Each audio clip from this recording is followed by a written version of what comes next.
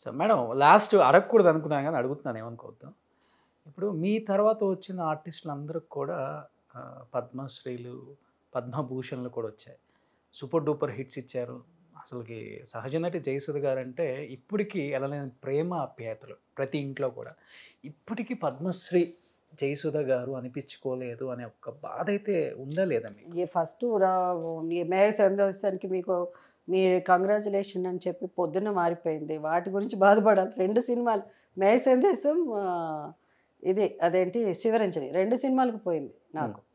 అయితే పద్మశ్రీలు ఇవన్నీ ఏంటంటే, మనం చాలామంది అంటారు, మీరు కమెంట్ చేస్తారు, అది ఎవరో ఒకరు మాట్లాడాలి, మా వాళ్ళు మాట్లాడరు. ఎట్లా అంటే మా ఇండస్ట్రీలో కొంతమంది, నేను 6 తర్వాత పనిచేయను, సాయంత్రం 6 o'clock అంతా వెళ్ళిపోతాను. ఫస్ట్ నుంచి అంటే ఒక హీరోయిన్గా సక్సెస్ అయిన శోభన్ బాబు గారు నాకంటే పెద్ద హీరో కదా, ఒక హీరో చాలా పెద్ద ఇది ఆయన, నేను హీరోయిన్ అంతే కదా. ఎప్పుడైనా హీరోనే గొప్ప, హీరోయిన్ తర్వాత వస్తుంది. నేను 6 గంటలకి శోభన్ బాబు గారిని, ఏంటి శోభన్ బాబు గారు ఒక 1/2 hour చేస్తారా అంటే, జయసు చేస్తుందా, ఈయన చెప్పచ్చు కదా చేయనని, 6 తర్వాత నేను వెళ్ళిపోతాను చెప్పరు, జయసు చేస్తుందా, అలాగే ఉంటుంది. ఇప్పుడు ఈ అందరూ అంతే, నా జయసు ఉంటున్నదా అని అంతే. ఏ హీరోయిన్ అయినా ఆ అమ్మాయిని అడగండి అయ్యా ఉంటుందా చెప్పు అని, అది రామారావు గారి నుంచి అది పద్ధతి. సో నేను ఈ దీంట్లో కూడా ఎవరు మాట్లాడరు. మొన్న నా ఫ్రెండ్స్ క్లాస్ ఆఫ్ 80sలో ఇద్దరిని అడిగితే, లేదు నా ఫోన్ చేసి ఒకళ్ళు అడిగారు, ఆ అమ్మాయి అంటున్నది, నా ఆర్టిస్ట్ పేరు చెప్పదలుచుకోలేదు, నా ఫ్రెండ్, నాకు ఫోన్ చేసి మీకు కావాలండి అని అడిగారు నన్ను. ఇది మీకు కావాలా, మాకు ఫోన్ చేసి కావాలా ఏంటి, అదేమన్నా ఇద్దని. సో దాని గురించి మనం మాట్లాడకుండా ఉండడమే బెటర్. ఎందుకంటే మీరు చూసుకోండి, ఒక ప్యాటర్న్ చూసుకోండి, మీ పేర్లు తీసుకోండి, డూ రీసెర్చ్. ఊరికే చెత్త విషయాలు, పనికిరాని విషయాలు సోషల్ మీడియాలో కాదు. ఒక నటులకి ఎందుకు ఈ సబ్జెక్ట్ గురించి మాట్లాడుతున్నారు, ఎవరు జయసూద్ వదిలేసింది, దాని ముందు ఆర్టిస్టులు కూడా ఎవరికి ఎందుకు రాలే, ఎస్పెషలీ సౌత్ ఇండియన్స్కి ఎందుకు రాలే. సౌత్ ఇండియన్స్కి పాపం షావుకార్ జానకి గారికి కూడా 90 సంవత్సరాలకు వచ్చింది ఇప్పుడు. అంటే ఆమెకి అప్పుడు చెప్పారంట, ఇప్పుడు ఆమె లక్ష్మి గారు ఎంత మంచి ఆర్టిస్ట్, శారద గారికి 3 సార్లు వచ్చింది నేషనల్ అవార్డు, ఆమెకి ఇవ్వలేదే. చాలామంది ఉంటారు. ఇప్పుడు లిస్టు తీసుకుంటే మనం రియల్గా రీసెర్చ్ అంటే గవర్నమెంట్ రికమెండ్ చేయాలి, గవర్నమెంట్కి మనం చెప్పాలి. సో నా వాదన ఏంటంటే, మీరు చాలా చేస్తున్నారు, గవర్నమెంట్ మీకు ఒక ఇదే ఉంది, దానికి సపరేట్ వింగే ఉంది కదా, సినిమాటోగ్రఫీ, కల్చరల్ ఇదని. మీలో ఎంతోమంది ఆఫీస్లో కూర్చుంటున్నారు, మీకు తెలుసు, మీ వైఫ్సో లేకపోతే మీ మదరో మీ సిస్టరో ఎవరో ఒకళ్ళు సినిమాలు చూస్తారు, వాళ్ళకి ఇవన్నీ కూడా తెలుసు. ఇంట్లో రోజు మాట్లాడుకునే కబుర్లే కదా టీవీ చూసినాం. వై డోంట్ యూ, మీరు ఒక సెలెక్ట్ చేయరు ఆర్టిస్ట్, ఒక బంచ్ ఆఫ్ వీళ్ళు, ఈ టెక్నీషియన్స్, ఈ డైరెక్టర్స్, ఈ ఆర్టిస్ట్, ఈ యాక్టర్స్, సినిమా పరంగా అలా డిఫరెంట్గా, స్టేజ్ పరంగా, మ్యూజిక్ పరంగా ఎవరో వెళ్ళి మిమ్మల్ని వచ్చి సార్ మాకు ఇవ్వండి అని అంటే మీరు వచ్చి రికమెండ్ చేస్తే కష్టంగా ఉండదు మనం వెళ్ళి అడగడానికి.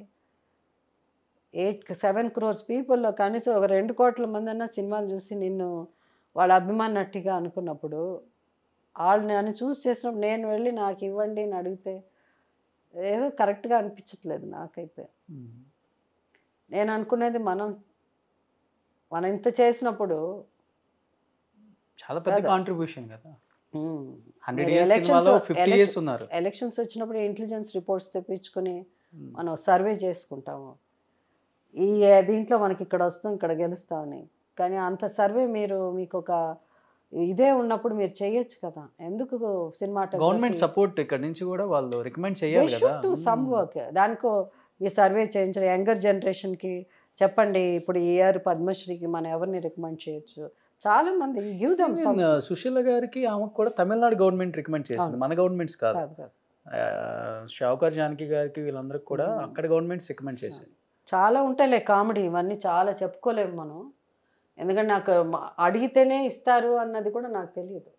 ఎందుకంటే నేను ఎమ్మెల్యేగా ఉన్నప్పుడు కిరణ్ కుమార్ రెడ్డి గారిని కలవడానికి నా పర్సనల్ కాన్స్టిట్యున్సీ పని ఏదో ఉంటే ఫైల్ పట్టుకుని వెళ్తా ఉంటే, నాకు తెలిసిన వ్యక్తి ఇంకో ఆయన సినిమాకి సంబంధించిన మ్యూజిక్ ఏదో ఆయన పక్కన ఫైల్ పెట్టుకుని ఉన్నాడు. నేను అన్నాను, హలో బాగున్నారా, బాగున్నాను, ఏంటి ఇలా కలవడానికి వచ్చారు అలా అని, ఇది పనా అని అడిగా. అవునండి పద్మశ్రీ అంటే ఏం లేదండి పద్మశ్రీకి రికమెండ్. ఏంటి పద్మశ్రీకి? అవునండి మనది అడిగితేనే అవునా అండి. అప్పటి వరకు నాకు తెలియలేదు.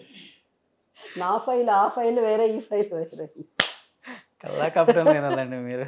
కల్లా కప్ట కాదు, అంటే నాకు కొన్ని జరగాల్సినవి జరిగిపోవాలి మన అడగకుండా. అంతే అంతే. ఎందుకంటే మన వర్క్, నీకు వర్క్ ఉంది, నువ్వు చేసావు, నువ్వు సాధించావు, నువ్వు గెలిచావు, నువ్వు సస్టైన్ అయ్యావు. అలాంటప్పుడు నేను మనం వెళ్ళి అడగడం. నా పేరు జయసుధా అండి, నేను సినిమా.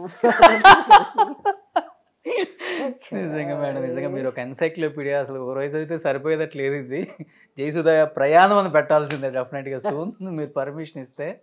సో ఒకటి నేను ఒకటి ఏంటంటే ఒక్కటి రిక్వెస్ట్ చేసేది, ఓకే ఈవెన్ సోషల్ మీడియా మీద నేను అసలు ఎవరికి ఇంటర్వ్యూస్ ఇవ్వట్లే. అవును మేడం. ఎందుకంటే మీ పర్సనల్ లైఫ్, నా పర్సనల్ లైఫ్ పెట్టుకుని నా వ్యూస్ దాని మీద, టీఆర్పీ రేటింగ్లో దాని మీద, అంటే అదే ఉంటుంది, అది మన వర్క్.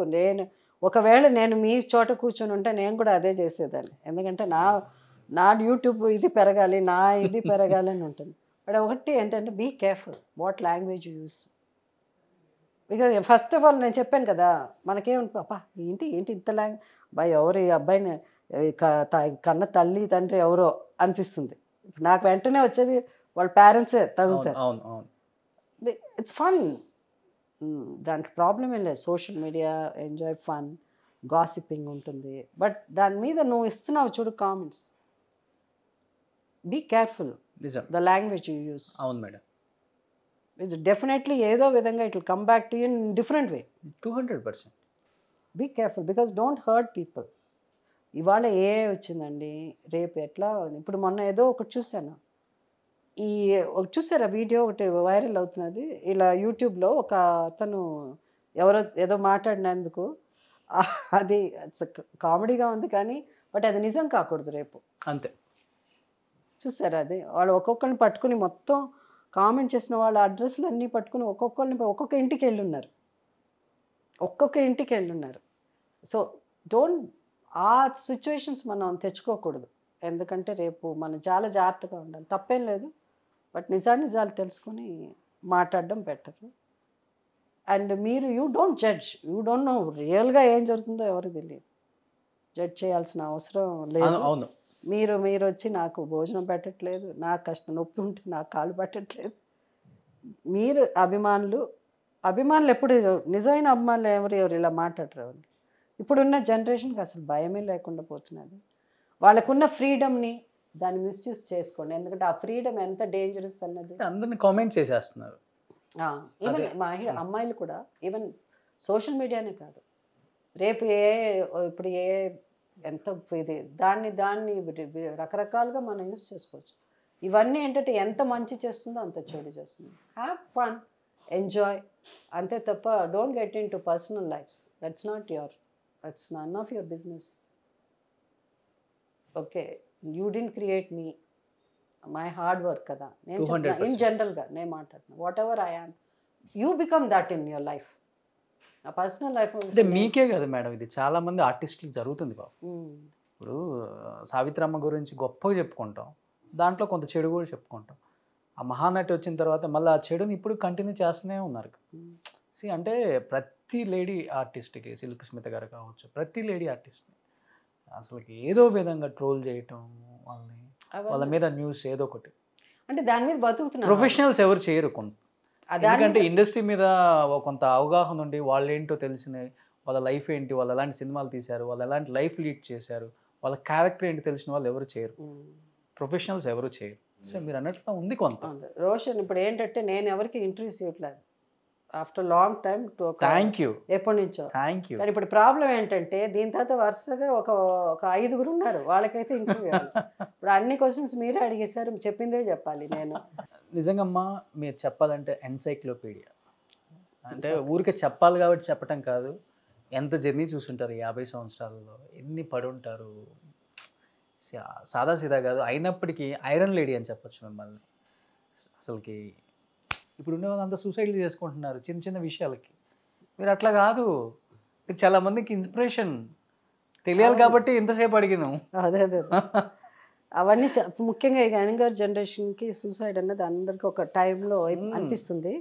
చాలామంది అంటారు వాళ్ళకి సరిగా కౌన్సిలింగ్ లేక వాళ్ళని ఇది చేసి అలా అని. బట్ ఫస్ట్ ఆఫ్ ఆల్ ఏంటంటే అది వీక్ పర్సనాలిటీస్ అలా అని అంటాం మనం. బట్ వీక్ పర్సనాలిటీస్ కాదు, వాళ్ళందరూ చేసుకునే వాళ్ళు కూడా చాలా స్ట్రాంగ్.